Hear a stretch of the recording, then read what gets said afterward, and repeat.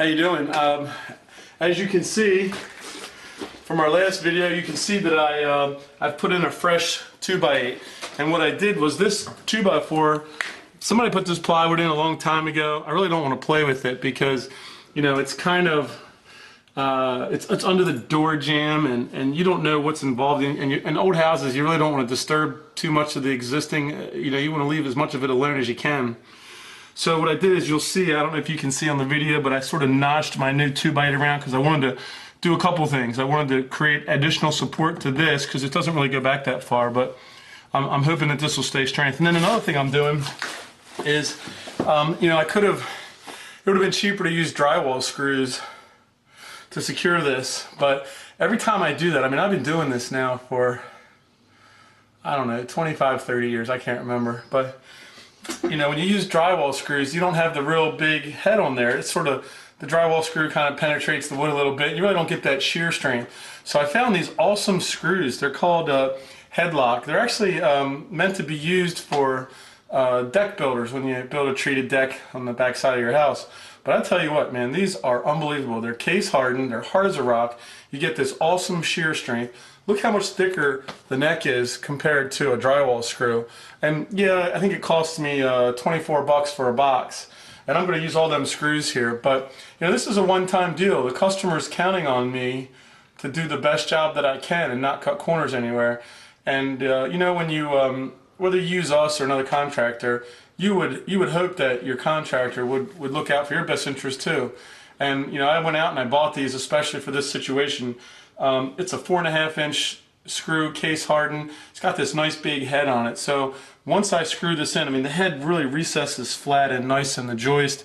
And I tell you, these are awesome. These are just awesome screws, and it's really going to add a lot of stability here to the joist.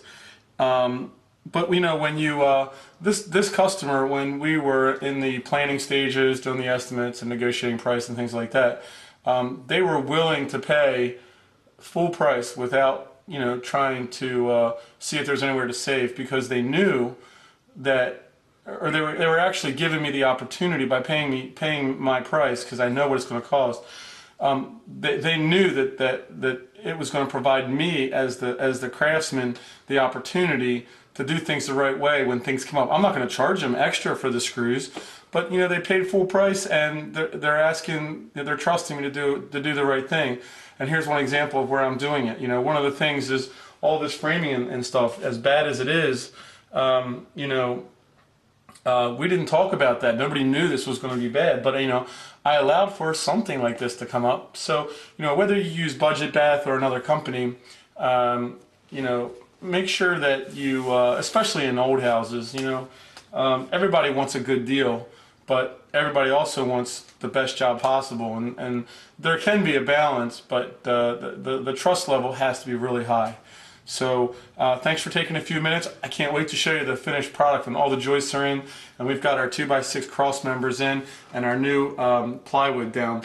Once we get the plywood down, we're going to have a nice floor to work on, and everything else will be built on the floor. We're going to level the ceiling. I'll show you how we're going to do that, and I'm going to create actual bearing walls over here, but that can only happen because of the way I'm doing this. And there's already been some judgment calls that I've had to make while framing this floor. For example, if you look over in the corner, you'll see that I allowed the flooring, the original flooring, to come out past the wall. You don't see it anywhere else, only back there, and I did that for stability. And I'm going to actually work around it, and I'll show you how I do that. That's going to be kind of tricky. I also did it here, so but I am going to disguise it. No one will ever see it. Only you and I will know that I did it, but it's in the customer's best interest that I do it that way, and I'll explain later. Thanks for watching, and maybe at the end of today, when I'm done framing, I'll be able to have time to show you what we did with the framing here. Thanks for watching.